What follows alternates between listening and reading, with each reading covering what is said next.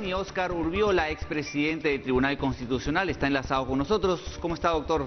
Muy buenos días. Bienvenido. Muy buenos días. Doctor Urbiola, pues bueno, como hemos informado previamente y usted ya tiene conocimiento, se ha reactivado la comisión en el Congreso de la República para elegir a los nuevos miembros del Tribunal Constitucional. Esto se da con un nuevo reglamento que apela a la meritocracia, y además recordemos que esto en su momento se canceló, quedó sin efecto, el trabajo de esta comisión se paralizó debido a lo que sucedió en noviembre, la vacancia del expresidente Martín Vizcarra. Inicio consultándole si considera que es idóneo el momento para elegir a los próximos miembros del Tribunal Constitucional. ¿Cuál es su opinión al respecto? Y también sobre el proceso, que en este caso es distinto al que se daba en años anteriores. Mire, yo ya me he pronunciado al respecto y he dicho que esta comisión que se ha nombrado en el Congreso y que creo que se ha recompuesto en los días anteriores, me parece a mí que no es la adecuada para poder cumplir con una función tan importante, por la razón de que no se han removido las causas que motivaron su desactivación. Dentro de las cuales están una serie de irregularidades que se han producido en el proceso, cuyo cronograma parece que lo quieren rehabilitar. Y no se han removido precisamente las objeciones que se han hecho a una serie de retiros nada fundamentados ni justificados de postulantes que no han podido ejercer su derecho a contestar las objeciones que se les habían formulado en la comisión. Por otro lado, considero de que este Congreso, que es un Congreso de transición, que ya hasta podríamos decir en los últimos días de su mandato, seguramente lo va a hacer con mucho apresuramiento. Y eso no garantiza en absoluto que el resultado de la gestión de esta comisión pueda ser el más adecuado y el que necesita el Perú para llevar al Tribunal Constitucional a las personas más idóneas, sobre todo con una trayectoria no solamente académica, sino una trayectoria personal intachable. Yo creo que este apresuramiento no nos puede conducir a nada.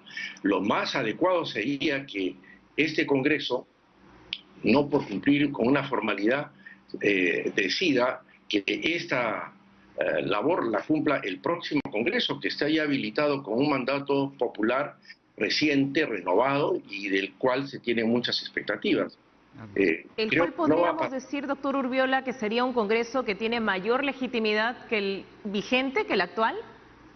Sí, por otro lado, hay que tener en cuenta que este Congreso ha producido una serie de leyes que el Tribunal Constitucional ha declarado inconstitucional, porque es un Congreso que se ha caracterizado por un populismo, pero con una frecuente y reiterada violación de normas constitucionales en una serie de dispositivos que ha dictado. Por lo tanto, pareciera de que la intención de esta comisión o de este Congreso es evitar que el Tribunal Constitucional le siga declarando inconstitucionales una serie de normas que han producido y que son evidentemente inconstitucionales. Entonces, yo creo que ahí está la deslegitimación de este Congreso para nombrar a los magistrados del Tribunal Constitucional. De acuerdo, doctor Urbiola, clarísimo.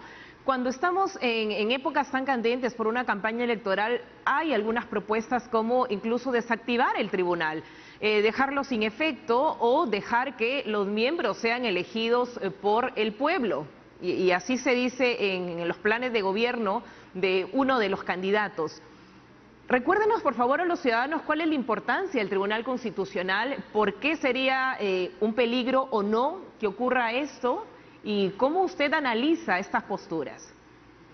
Patricia, en un Estado constitucional, democrático y social de derecho, que es el que preconiza nuestra Constitución y al que aspiramos todos los peruanos, la Constitución no es solo una ley orgánica que establece cuáles son las atribuciones de los distintos órganos del Estado, en cierta forma una norma solamente declarativa.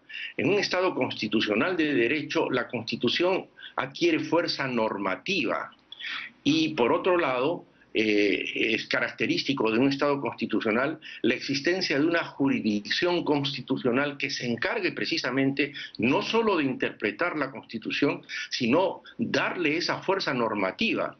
No cabe duda que desde que tenemos la jurisdicción constitucional, nuestra Constitución ha cobrado esa fuerza para que los derechos fundamentales no sean derechos meramente declarativos que han estado contenidos en muchas constituciones, pero que nunca se han cumplido. Hoy en día los peruanos tienen mucha confianza en la jurisdicción constitucional. Tan es así que cuando no consiguen el reconocimiento de sus derechos, ya sea en el Poder Judicial o en cualquier otra institución, acuden al Tribunal Constitucional. Y además es el gran árbitro entre los distintos órganos del Estado para que cada uno cumpla sus funciones a cabalidad como lo establece la Constitución. Esa es la característica de las democracias modernas, donde la Constitución cobra fuerza normativa, y para eso necesitamos un Tribunal Constitucional.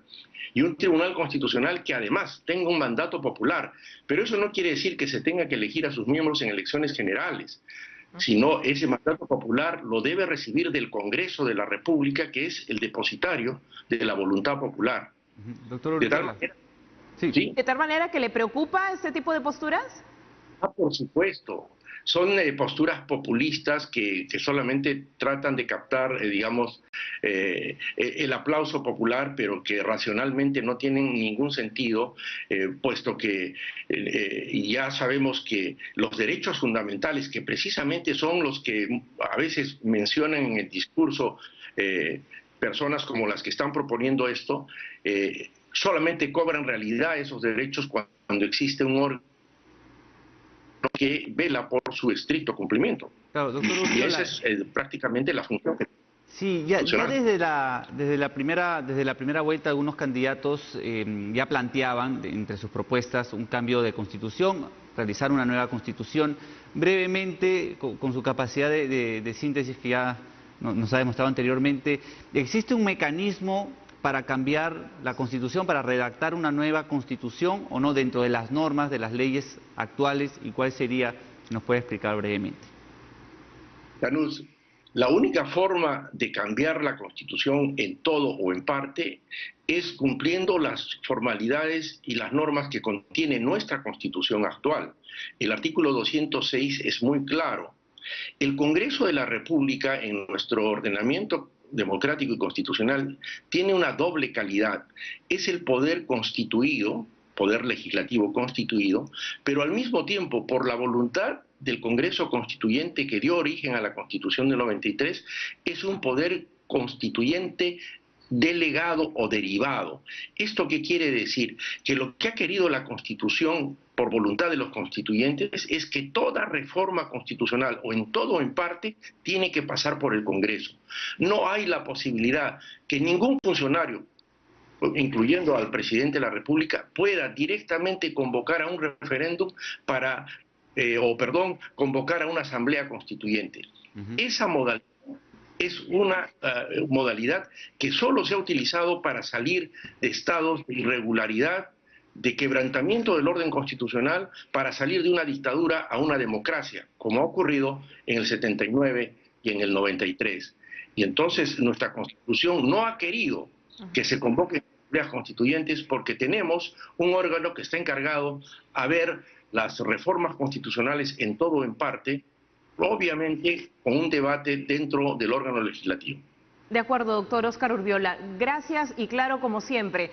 Gracias además por permitirnos tener estos alcances desde su amplio conocimiento y bueno, a la espera de que transcurran estas 7 semanas y a ver cómo se delinean estas propuestas.